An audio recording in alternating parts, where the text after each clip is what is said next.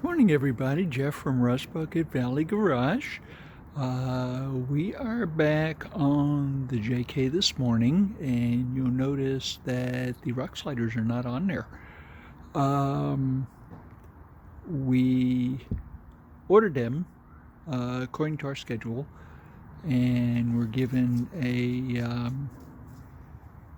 manufacturing time and delivery time of 6 to 8 weeks. And finally, at the 15-week mark, look what showed up. So we have these. We've already done a test fit on the vehicle. Very well made, and look like it should really take and protect our body. So we're going to take and get a paint job on it today. We're going to be painting these flat black. The reason is on Mystery Maker, Holly and Walt's vehicle, the rock sliders are painted the blue that they use. That paint is very expensive. So it's almost $100 a quart. $125 a quart. So we decided, since we're going to be really using them and tearing them up a little bit, that something would be a little bit better economic wise if we did flat black on these. So we have some Rust-Oleum machinery paint, flat black. So we are going to be painting these this afternoon. It's a nice sunny day. We're expecting foul weather for the next couple of days.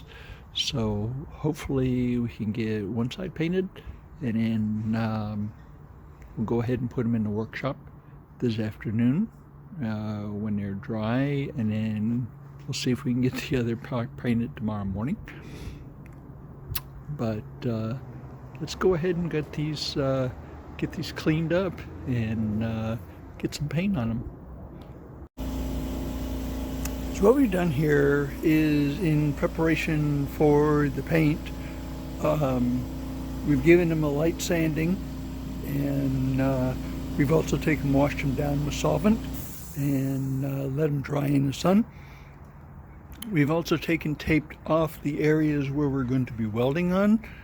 And you can see all these gibs here on all the sides have been taped off, because we need a bare surface there when we take and weld them on. These are not a bolt-on item, so we're going to be welding them on using 6013 rod. So we want a bare surface on the rock slider itself. Plus, we want a bare surface on the frame rails when we go ahead and put those on. So after we get these things painted, we're mixing up the paint right now, and we'll go ahead and paint this side, and then later on in the day, then we'll paint the other side. All right, using the low pressure, high volume spray gun, we went ahead and mixed up the Rust-Oleum paint and put down the first layer on these, and looking really nice. The metal's nice and smooth, so that'll be pretty good. So you can get them on. Gotta let these things dry, and we'll be flipping them over and doing the other side. So here, continuing on with the painting of the rock sliders, we went ahead and turned them up, and we have a nice coat of paint on them. A little bit of jet noise. Yes, love it. So we're going to go ahead and let these dry overnight. Then we're going to do a test fitting and get the areas on the frame ground off, and then we're going to get them welded on. So we've got everything prepped for the installation of the ruck sliders. And one thing that we discovered was that there is a left and a right. We were trying to figure out which one is left and which one is right because they're not marked, but you'll notice that these horns right here that get welded onto the frame, 1, 2, 3, okay, this one right here is longer than this one right here, okay? So that's very important because the body on the JK is tapered, okay? So it will tell you straight away that you have the wrong piece in the wrong place if the ruck slider does not take and fit up the way it's supposed to, okay? So if we step back and we take a look at this one fits perfect, okay? So we have the areas of the frame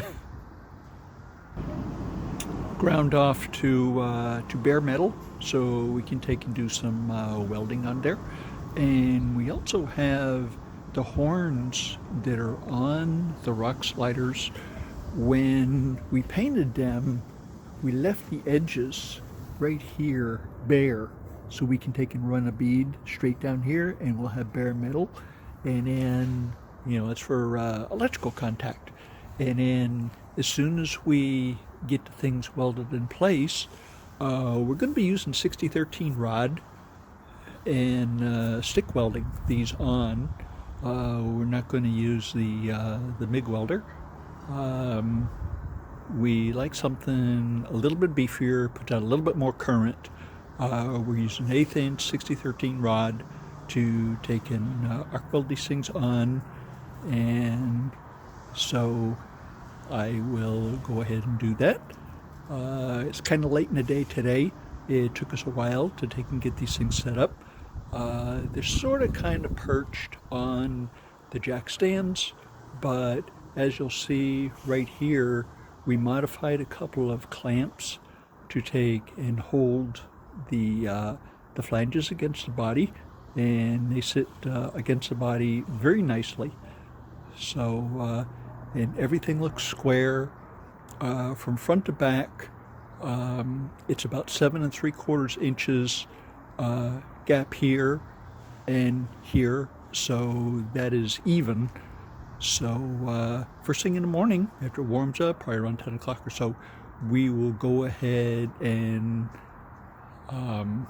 weld on the driver's side, and then I'll pick up and show you what that looks like when all the clamps are off and when it's welded, and show you the welding. Okay, so be back in a few. So as you can see, we just finished installing the ruck sliders on the JK, and they look exceptionally nice. Very happy. The install was really easy. We went ahead and we welded these things on, and if you look right here, we welded them on all the way around, ground it, wire brushed it, and ready for paint. So everything I learned about welding, I learned from Lizzie on Matt's Off-Road. Good job on the welding on the Super Tow Truck. Says I'm sure you'll go far. So that about takes and puts the build to the JK. Too bad. And the only thing that we have to do now is go argue with the DMV about the paperwork. So we've already started that. So probably the next thing you'll see is us out on the trails. So we'll give the 17-inch wheels a run and see how far we can get from that, and then we'll go from there.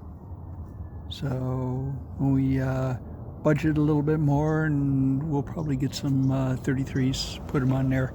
I think we can pretty much do that without changing the suspension too much. But we got a couple of inspections ahead of us, and I don't want to trick it out too far. We got to do brake and lamp and smog, of course, being here in the People's Republic of California. So we got everything else done on the thing, all the interiors done on it. So thank you very much for coming along on the ride for this build, and we really appreciated having you along. So we've made quite a few changes on the thing. New license plate, center here, did a little body work here, did a little body work here, straightened out the front end, put a new frame under it. So yeah, quite a few changes. We got our real nice barricade bumpers on there. We got our rock sliders. Those are real nice. We got our barricade shorty front bumper on there. We have our Harbor Freight Badlands winch on there. Not a sponsor, but we're just gonna try it out. So probably the first thing we're going to do is we're going to go up to Apple Valley, and there's an old road up there. I tried it with the S10, couldn't get up it. Want to get up it with this because there's some very, very beautiful things up there that we want to go take a look at, and lots of real nice trails. And thank you very much for coming along, and hope I've given you some good information on how you can take one of these things wrecked, you can turn it into something usable, and all the things that we had to go through to take and get to this point.